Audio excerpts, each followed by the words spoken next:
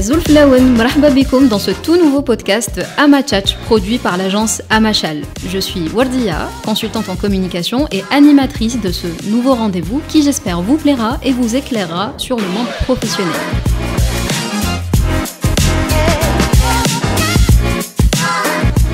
Comme vous avez pu l'entendre en introduction, nous allons accueillir au fil des semaines des professionnels de la com, du digital, du web, pour répondre à des questions pratiques et même répondre aux questions que vous vous posez au sujet des métiers d'aujourd'hui.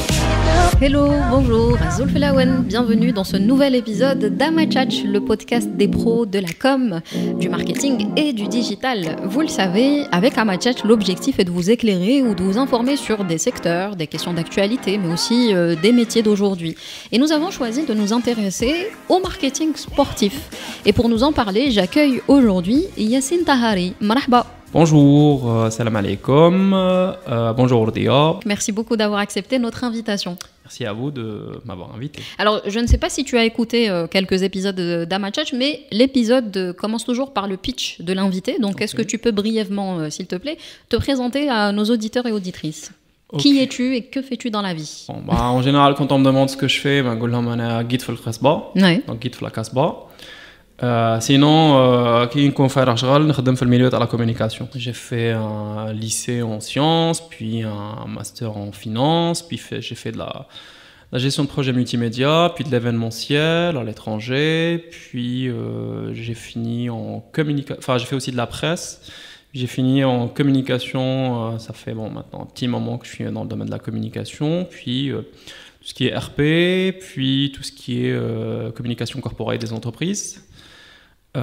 Maintenant, je suis en business development pour pas mal de structures. Et sinon, un de mes cœurs de métier, justement, pour raccrocher les wagons par rapport à notre sujet du jour, c'est le sport électronique, qui est une variation des loisirs numériques. Donc, c'est un terme un peu savant pour dire le jeu vidéo, c'est-à-dire le gaming.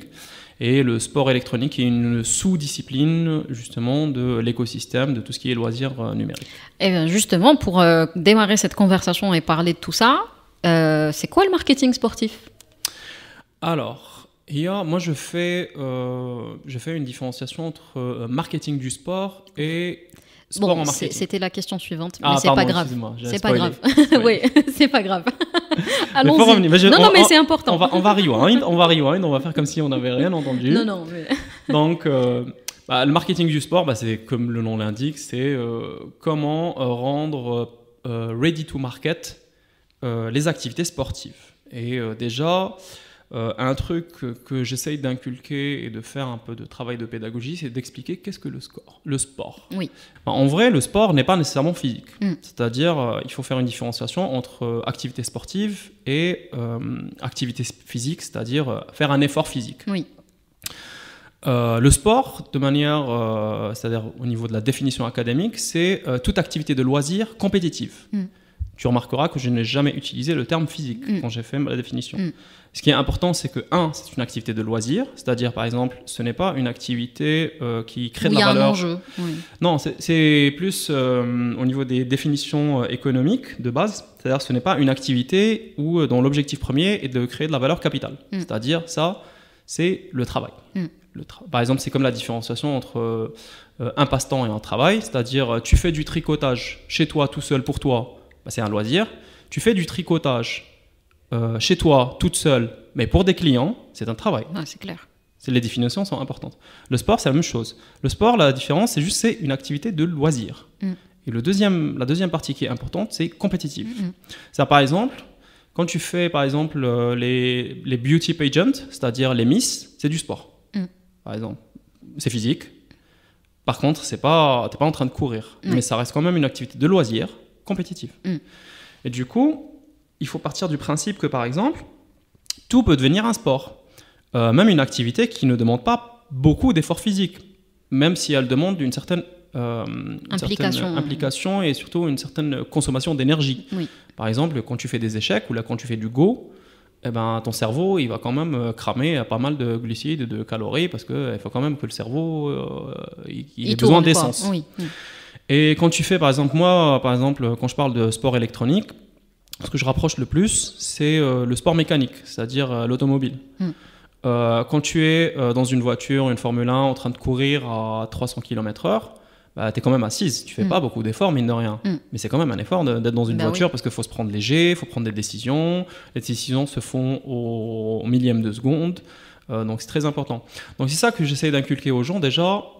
Qu'est-ce que le sport? Ben, le sport, ce n'est pas un effort physique. C'est pas parce que واحد يروح يجري في sablette, bon je dis ça, la sablette c'est à Alger, mais pas parce que واحد يروح يجري في الغابة ou là, qu'il est en train de courir tout seul, qui fait du sport. Non, il fait un effort physique parce qu'à l'âge, si c'était que ça, bah, n'importe quel ouvrier sur un chantier, bah, il ferait du sport vu qu'il fait un effort physique. C'est de l'activité, oui. Bah oui, bah non, il fait pas du sport. Il fait une activité de travail, il fait une activité physique, mais il fait pas du sport. Quelles sont les formes que peut prendre le marketing sportif? Parce qu'aujourd'hui, on fait du sponsoring, on fait du mécénat, on fait des relations publiques. Il y a des agences dans le monde qui sont spécialisées dans le marketing sportif. Donc, en termes de forme, quelles sont les options qui s'offrent à nous? Le marketing du sport est une activité de communication et de marketing global, c'est-à-dire 360, c'est-à-dire on fait de tout. Tu fais du branding, tu fais de la distrib, tu fais de l'affichage, tu fais de l'achat média, tu fais du web, tu fais des créateurs de contenu. Par exemple, moi je vais te donner par exemple l'exemple de quand j'organise une compétition sportive. Oui. Déjà, je dois faire le planning. Déjà, première des choses, parce que je dois planifier déjà la préparation en amont, avant la réalisation, la production en amont.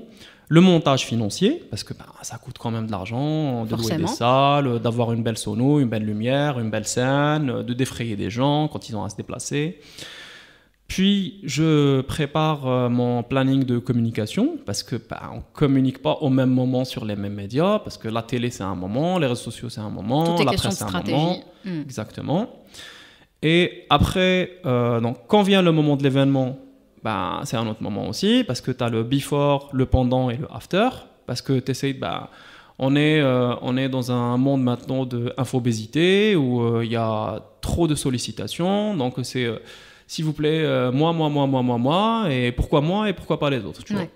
Donc tu dois être tout le temps là en train de communiquer, et du coup après, tu as donc, la préparation de l'événement, puis l'événement lui-même. Puis derrière, si tu as des gens qui viennent, peut-être que tu veux leur en proposer plus, parce que peut-être ajbatohom.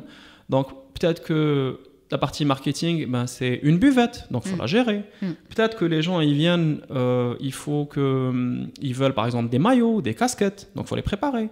Peut-être par exemple, alors, ce qu'il y a d'intéressant avec le sport électronique, c'est que c'est mitoyen avec la culture. Parce que c'est quand même le jeu vidéo, et le jeu vidéo est quand même une forme de culture et de création artistique. On va y venir justement, oui.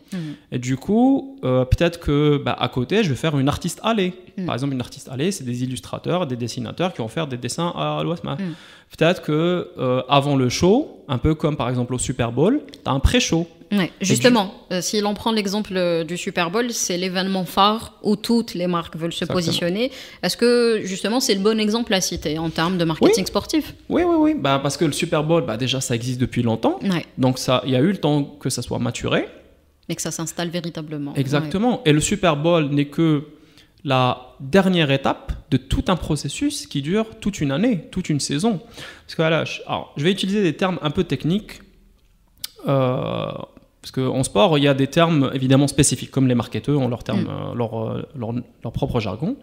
Par exemple, le Super Bowl est ce qu'on appelle les playoffs, donc les playoffs de la saison entière des deux circuits, parce qu'il y a 2 circuits de football américain aux États-Unis, le circuit de l'Est et l'Ouest.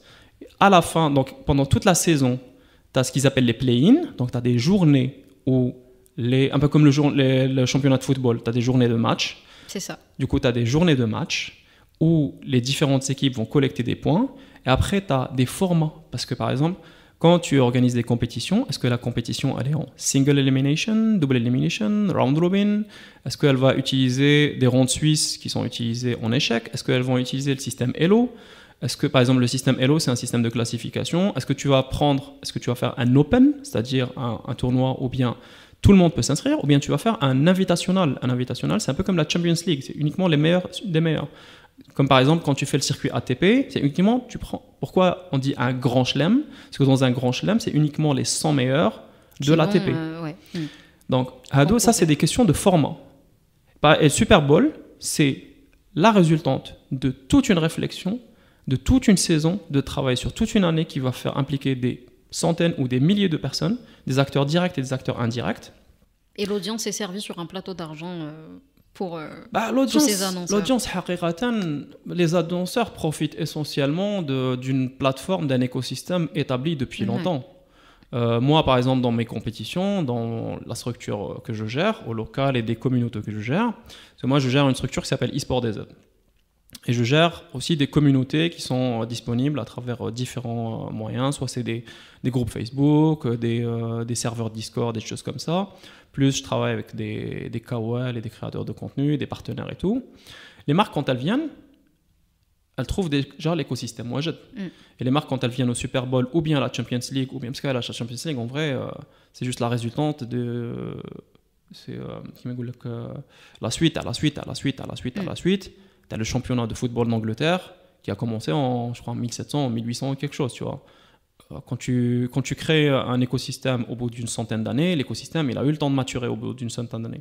Surtout en sport, le sport, comme le marché, c'est très régulé. Mais le sport est plus régulé que le marché. Parce que le marché, c'est une question de politique. Parce que si par exemple, le régulateur tient plus du keynésianisme, il va plus être plus pour la régulation des marchés. S'il est plus libéral, c'est-à-dire l'école de Chicago, il va être plus par l'autorégulation du marché. Bon, après, ça, c'est une question de point de vue, évidemment. C'est une question de point de vue. Le sport, c'est ultra régulé à l'âge. Parce que le sport, c'est tu prends tout le monde. Au début, tu as tout le monde pour donner les chances à tout le monde. C'est-à-dire l'équité et pas l'égalité. C'est différent. L'équité, c'est mettre tout le monde au même niveau. C'est pour ça qu'en sport, par exemple, il y a des catégories. Par exemple, en boxe, tu as 50 kilos, il ne va pas combattre quelqu'un qui fait 150 kilos. Forcément, parce que sinon, il se fait éclater en deux secondes. Sinon, le combat est perdu d'avance. Exactement. Bon, c'est jouable quand même. C'est David contre Goliath. C'est-à-dire, il y a une petite chance. Mais ça, c'est que tu mets en place une régulation au départ pour que tout le monde ait exactement la même chance. Tu vois. Et les règles, c'est pour ça qu'il y a rules and regulations. Les règles, on va dire, c'est un être vivant qui évolue. Les règles changent tout le temps parce que le marché et l'écosystème changent tout le temps. Et on le dit toujours en sport, play by the rules, hack the game. C'est-à-dire dans le sens, tu respectes les règles, mais si tu arrives à trouver un moyen de contourner les règles, c'est-à-dire de trouver des points de règles qui n'ont pas été pris en compte, là, tu es dans une zone grise. C'est-à-dire c'est pas de la triche. La règle n'existe pas. Ouais, c'est un vide juridique. C'est un vide juridique, tu vois. Justement, tu parlais en introduction notamment de loisirs numériques, de gaming, etc. Comment on va retrouver dans cet univers-là, vu qu'on est justement sur du numérique et donc sur du dématérialisé, comment on va retrouver les codes du marketing sportif? Comment ça se passe dans cet univers-là? Contrairement à un match de foot où on va voir du physique au final. Ok. En vrai, c'est la même chose. C'est aussi simple que ça. C'est les mêmes éléments de langage, c'est les mêmes discours, c'est plus ou moins les mêmes jargons. La seule chose qui change, c'est que en sport traditionnel, parce que nous on appelle ça le sport traditionnel, c'est essentiellement physique, pas nécessairement tout le temps physique, parce que je parle toujours des échecs et du go et des fléchettes et ce genre de choses. Mais c'est numérique, ce n'est pas virtuel, attention, c'est numérique. Et ça ne veut pas dire que c'est parce que c'est électronique que ce n'est pas physique. Tu fais une compétition de Just Dance, c'est physique. Moi, j'organisais par exemple des compétitions de Dance Dance Revolution, c'est un jeu de danse avec du tapis. Je peux te dire que moi, quand j'en faisais à l'époque, en 3 mois, j'ai perdu 20 kilos. Tu vois. Oui, mais si on prend un exemple, oui, on est sur du gaming, mais on est vraiment sur du jeu en ligne où on oublie l'aspect où tu ramènes, où tu mets le... Voilà. Moi, je suis devant mon écran avec mes manettes, je suis en réseau avec beaucoup de monde, il y a des compétitions, tu confirmeras, je ne suis pas connaisseuse, mais je sais que ça existe.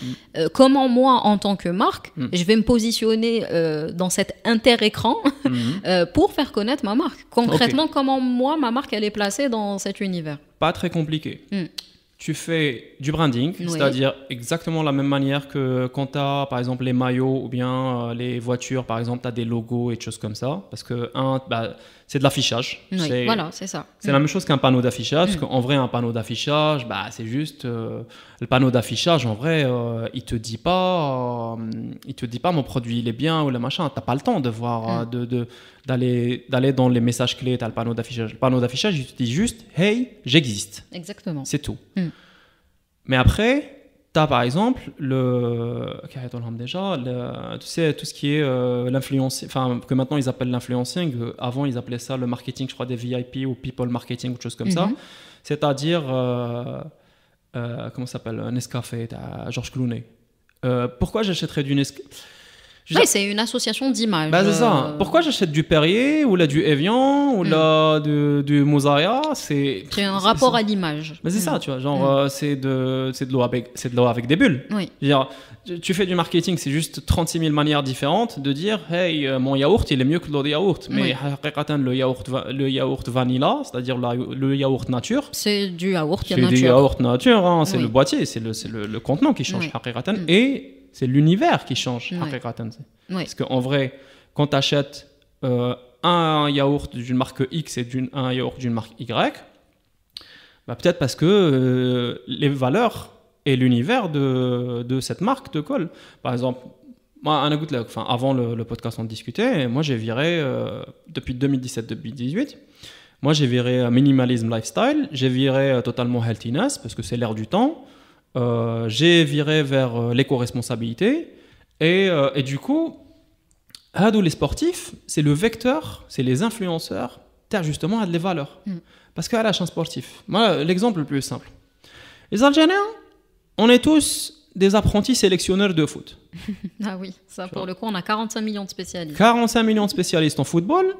Je suis pas sûr qu'on a 45 millions de gens qui savent ce que c'est un hors-jeu ou pire encore de gens qui savent compter un goal average. D'ailleurs, tiens, tu devrais faire un sondage. Combien de gens, de manière sincère, sans regarder sur Wikipédia, savent calculer un goal average? Ça, c'est à tester. Et le truc, c'est que donc on a 40 millions de personnes qui pensent que si on les met à la place de Belmadi, ils feront mieux. Ils feront mieux. Hein? Mais le truc, c'est que tu fais une expérience toute simple. Tu fais, tu rentres dans un café populaire. Tout le monde est et là, ouais, non, Belmadi, il aurait dû faire 4-4-2, Belmadi, il aurait dû faire 5-3-1, Belmadi, il aurait fait X12-22, tu vois. On fait des plans sur la comète et c'est très facile. Suffit, le kahwa, il te le Cristiano ou la Messi. Cristiano, il dit لهم غادي قاعد تسكتوا et Belmadi, il doit faire ça. Je connais les hommes qui va venir contredire le champion. Ya Messi, راك غلط. Je connais. Il n'y en a pas beaucoup. Parce que مشيت تكلين على روحهم. C'est ça. C'est ça le truc. Et pourquoi justement Cristiano et Messi? Eh bien justement, c'est des vecteurs forts de ça. Parce qu'ils ont l'ascendant, parce qu'ils ont la légitimité. Ils se sont imposés par leur jeu. Par leur résultat. Ouais. Leur résultat. Justement, en parlant de résultats, comment on peut évaluer aujourd'hui l'impact d'action lié au marketing sportif? Alors que ce soit dans l'univers du gaming que dans l'univers réel, disons. Ouais, c'est pas compliqué, les KPI, chiffres indicateurs clés. Oui, bon, quand je suis dans un stade, okay, je suis en plein championnat, je regarde un match de foot et donc on a cette fameuse image de plein de noms d'annonceurs et de spots et de claims qui sont tout autour du stade. Comment je sais si... L'impact, c'est selon le nombre de clics, est-ce que tes ventes ont changé, est-ce que tes ventes ont progressé de date à date, ça tu le fais avec ton DFC, hein. Moi les gens je leur dis... Mais du coup tu dois le faire à l'instant T, c'est-à-dire au moment où il y a le match, tu es en surveillance. Évidemment. T'as pas le choix. Tu es en train de faire du monitoring, évidemment. Tu peux pas... Il y a qui m'a dit que les promesses n'engagent que ceux qui les reçoivent, qu'il y a une expectations. Tu donnes des expectations aux clients avec des KPI qui sont censés être réalistes. Je veux dire, un stade, tu as 40 000 personnes. Il a rien fait chaque week. Parce que je pense, par exemple, le stade à San Siro, chaque week-end, il doit être rempli au moins, tu vois, il y a un taux de remplissage de au moins 70%. Et c'est énorme, bien sûr.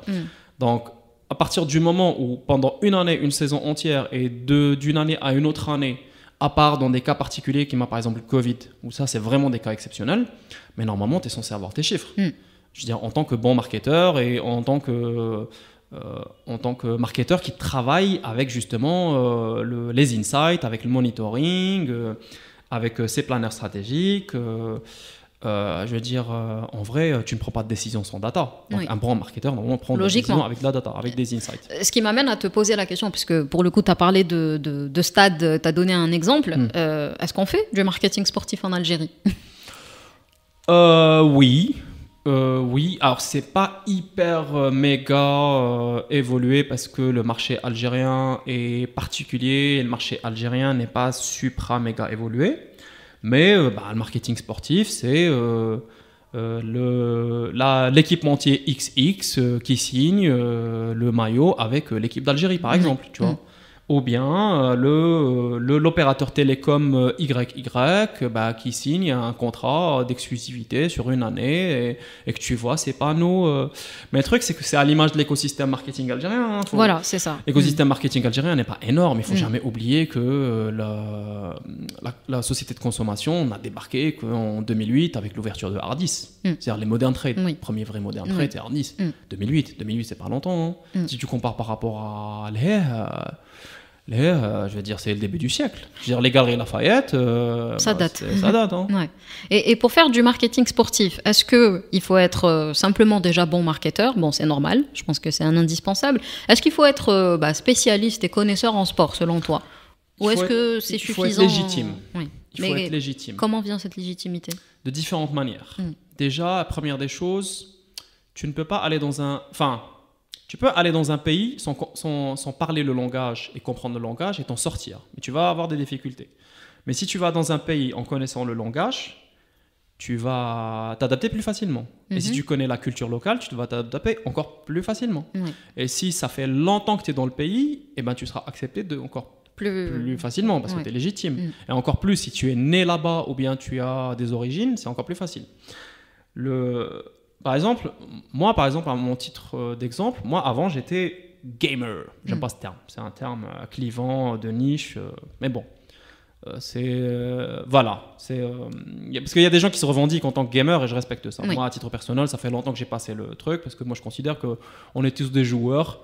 Même mon grand-père, les boules, ou la domaine, il est joueur, c'est un jeu.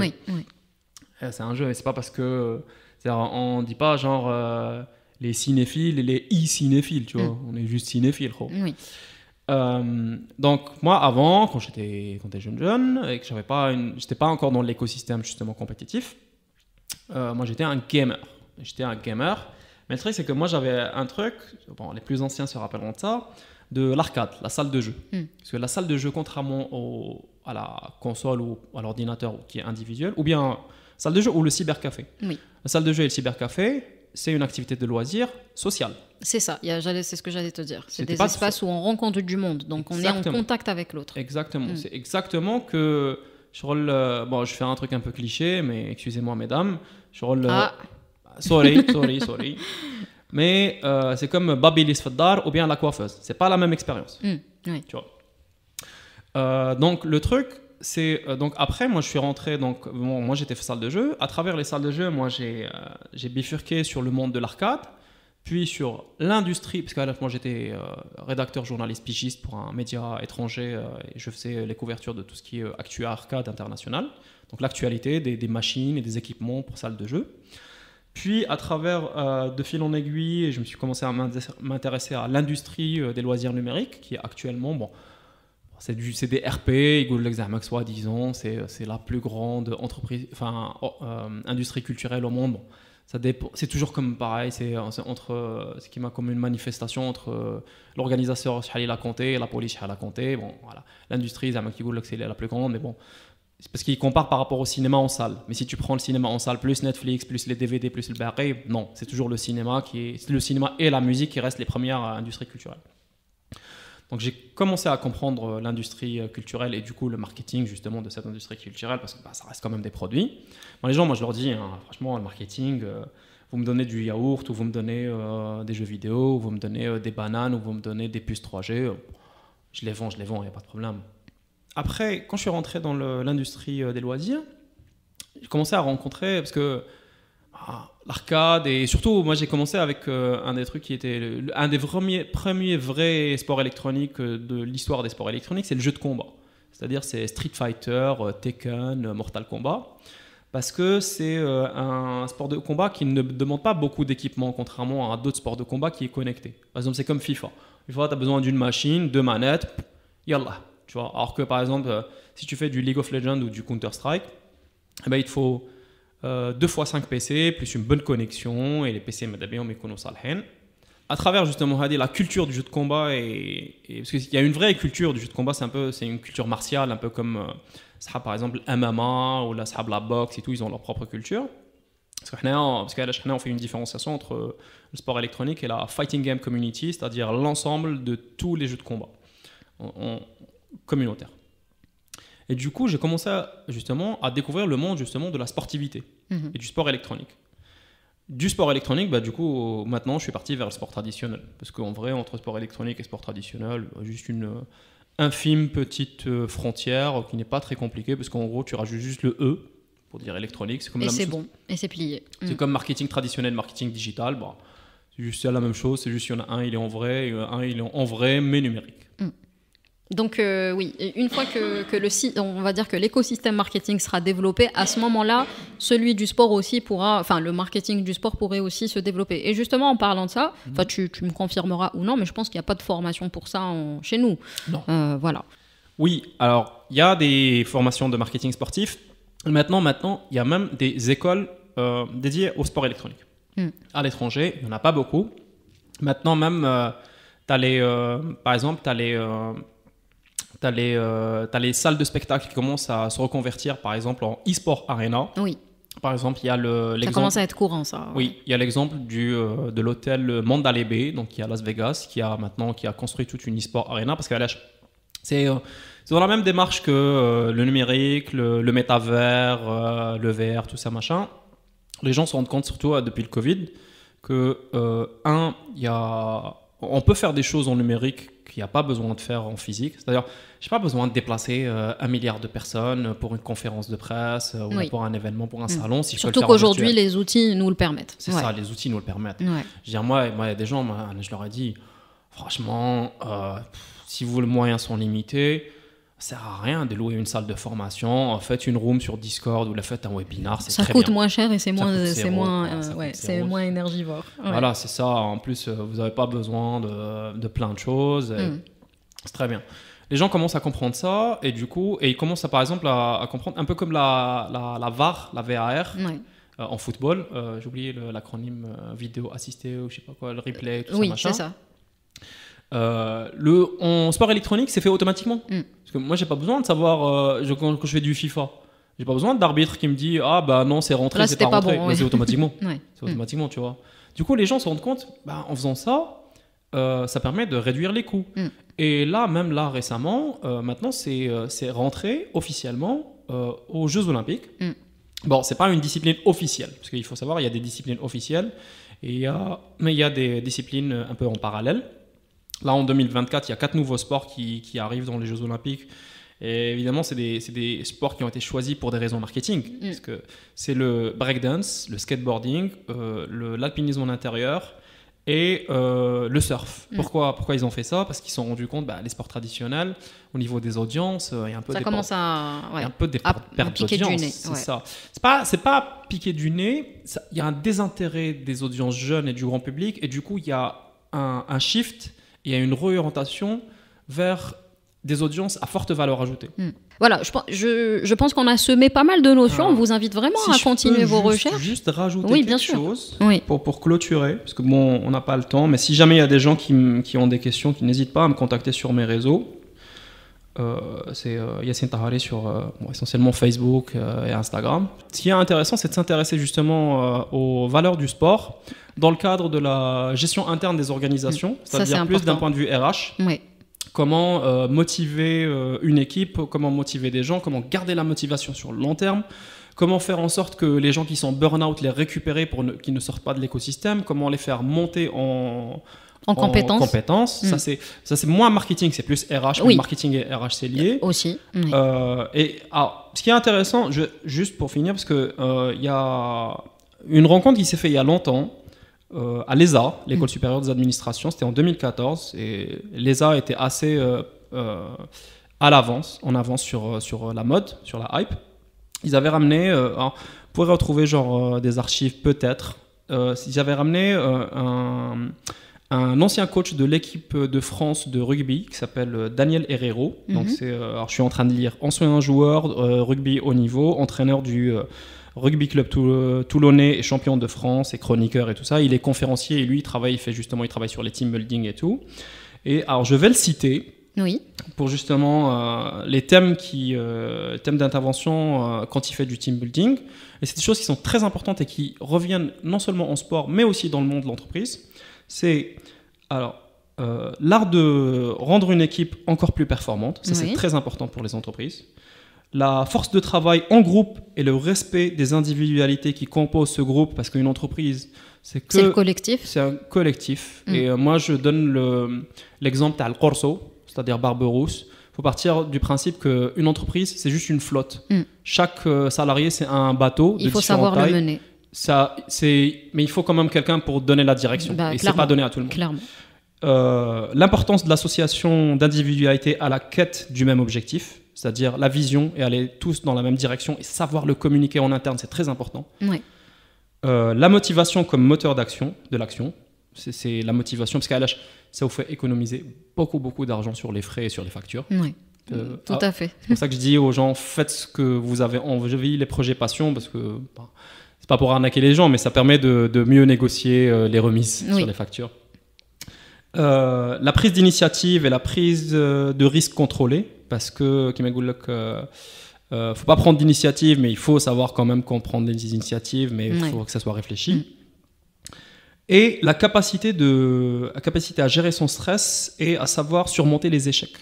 Ça, justement, c'est par rapport à tout ce qui est la gestion du stress, le burn-out et le fait de faire en sorte de ne pas perdre ses compétences internes en entreprise. Parce qu'une entreprise qui a du bleeding, qui est en hémorragie, c'est une entreprise qui perd ses compétences, qui n'arrive pas à se renouveler et qui ne va pas durer longtemps. Oui. Et il faut prendre soin justement de ces Donc juste pour reciter l'entraîneur, c'est Daniel Herrero. Daniel Herrero. Voilà, comme ça permet à ceux qui nous écoutent d'aller faire aussi leur petite recherche. Avant de finir, Yacine, on aime bien finir sur la speed chat. Des questions très rapides auxquelles il faut répondre au tac au tac. Donc, ton activité préférée?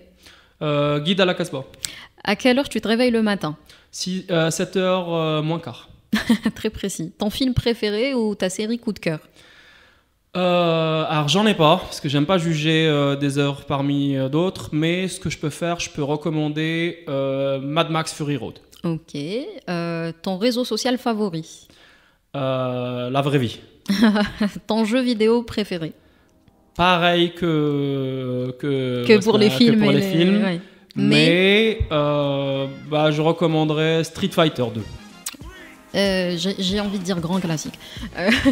Merci Yacine d'avoir accepté notre invitation et d'avoir pris de ton temps pour répondre à nos questions. Merci à toi Ordia, merci à Amachal et merci aux auditeurs. Merci infiniment. Quant à vous qui nous écoutez, vous avez l'habitude, n'hésitez pas à nous laisser des commentaires ou des étoiles sur vos plateformes d'écoute préférées et à rejoindre Amachal sur les réseaux sociaux, sur Facebook, Instagram et LinkedIn. Likez-vous, partagez-vous l'épisode et surtout n'hésitez pas aussi à nous dire quelles sont les personnes que vous aimeriez voir et écouter surtout sur Amachal et on pourra aller les chercher rien que pour vous. Prenez bien soin de vous et à très bientôt pour un nouvel épisode d'Amachal.